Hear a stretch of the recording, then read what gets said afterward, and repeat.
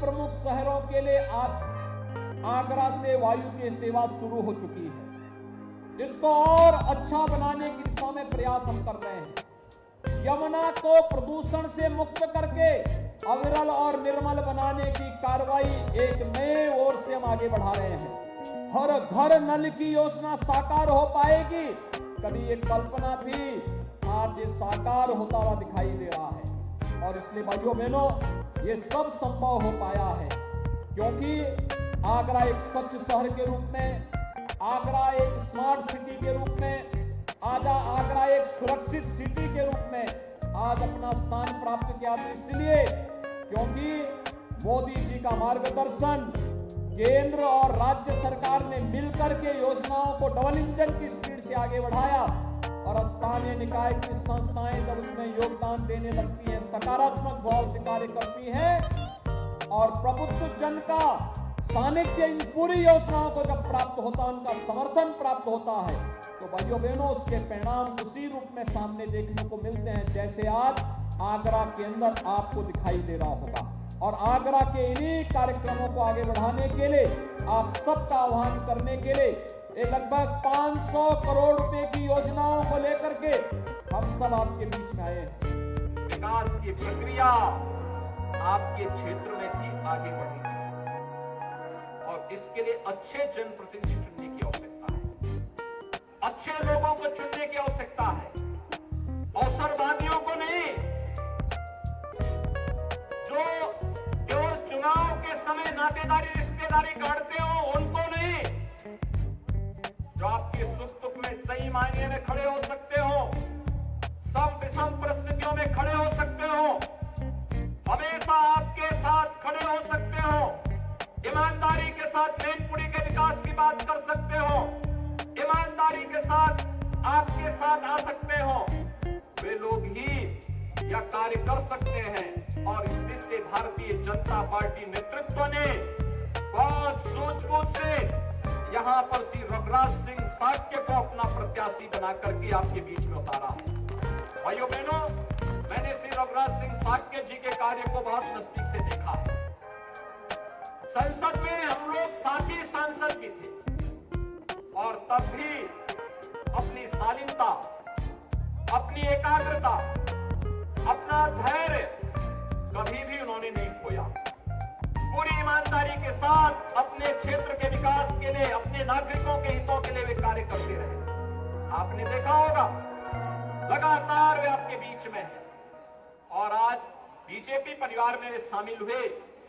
BJP में शामिल होने के बाद कहीं कोई पद की मांग उन्होंने नहीं की, केवल एक सामान्य कार्यकर्ता के रूप में कार्य करते रहे और सामान्य कार्यकर्ता के रूप में कार्य करते करते भारतीय जनता पार्टी नेतृत्व ने उनके कार्य को देखा और उसके बाद तय किया कि अब मैनपुरी किसी परिवार की विरासत नहीं बन सकती। मैनपुरी एक सामान्य कार्यकर्ता के नेतृत्व में विकास की एक नई ऊंचाइयों को छुएगा और इसलिए मैनपुरी उपचुनाव में श्री रघुराज सिंह साक्य जी को भारतीय जनता पार्टी ने अपना प्रत्याशी बना करके आपके बीच में उतारा है। भाइयों बहनों, मैं इस अवसर पर नेताजी श्री मुलायम सिंह जी को विनम्र श्रद्धांजलि भी अर्पित करता हूं। उन्हें इसलिए भी श्रद्धांजलि अर्पित करता हूं क्योंकि उन्होंने 2019 में ही, आपको याद होगा नेताजी का दिल्ली में संसद का वह ऐतिहासिक भाषण, जब उन्होंने देश की संसद में कहा था कि 2019 के लोकसभा चुनाव के बाद जो भी चुनाव अब होंगे, चुनाव के पहले उन्होंने कह दिया था कि अब तो आएगी तो भाजपा ही। और आज नेताजी के ही आशीर्वाद का परिणाम था कि आजमगढ़ और रामपुर जैसे समाजवादी पार्टी के परंपरागत दुर्ग को ध्वस्त करते हुए भारतीय जनता पार्टी के प्रत्याशी भारी बहुमत से दोनों लोकसभा सीटों पर परचम लहरा करके आज से 3 महीने पहले विजयी हुए थे। और इसलिए एक बार फिर से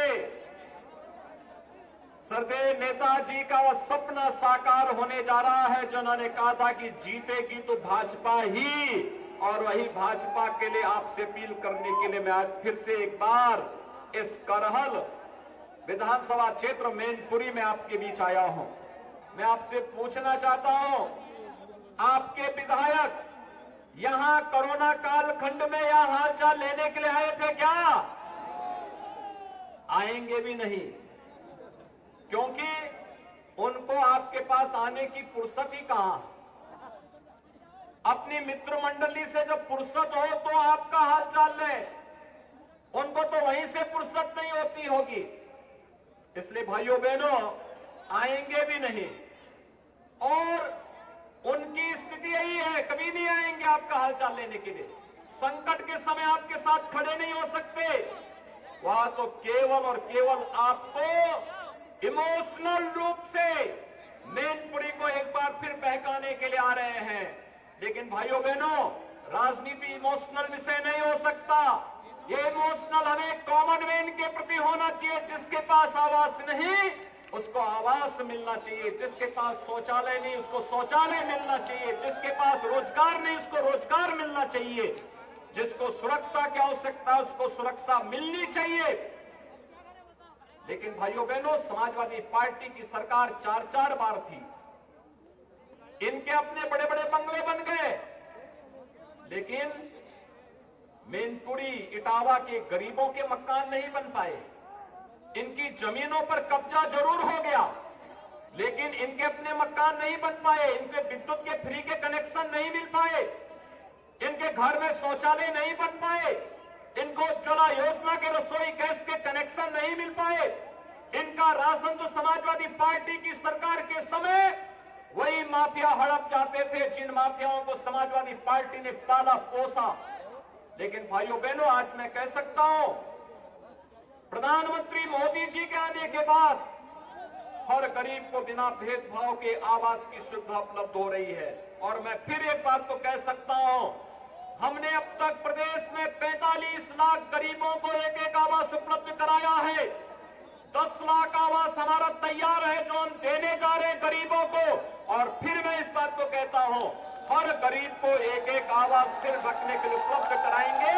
हमारे लिए उसमें कोई जाति मत मजहब नहीं, उत्तर प्रदेश का नागरिक होगा, उसके पास सिर ढकने के लिए अपना आवास होगा। आगरा 2017 के पहले सबसे गंदे शहरों में से गिना जाता था और प्रदूषण इस कदर था कि सुप्रीम कोर्ट को सभी उद्योग बंद करने पड़े थे। कोई नया निर्माण नहीं होने दिया था, अव्यवस्था और अराजकता को जन्म नहीं देने दिया गया था। किसी भी प्रकार की अव्यवस्था और अराजकता को बढ़ावा देने के लिए उस समय सुप्रीम कोर्ट को तत्कालीन सरकार को बैन कर तमाम प्रकार की कानूनी पाबंदी लगानी पड़ी थी। लेकिन भाइयों बहनों, आज मुझे बताते हुए प्रसन्नता हो रही है कि पिछले 5 वर्षों के अंदर आपने उत्तर प्रदेश के अंदर बदलती हुई इस तस्वीर को देखा है। आगरा आज स्मार्ट सिटी के रूप में नित नए प्रतिमान को स्थापित कर रहा है। आगरा में पब्लिक ट्रांसपोर्ट की अत्याधुनिक सुविधा, मेट्रो का काम युद्ध स्तर पर चल रहा है और अगले 1 वर्ष के अंदर हम आगरा वासियों को मेट्रो की सुविधा देने जा रहे हैं। आगरा के वासियों को मिलने वाली मेट्रो की ये सुविधा आगरा को एक नई पहचान के रूप में आगे बढ़ाएगा।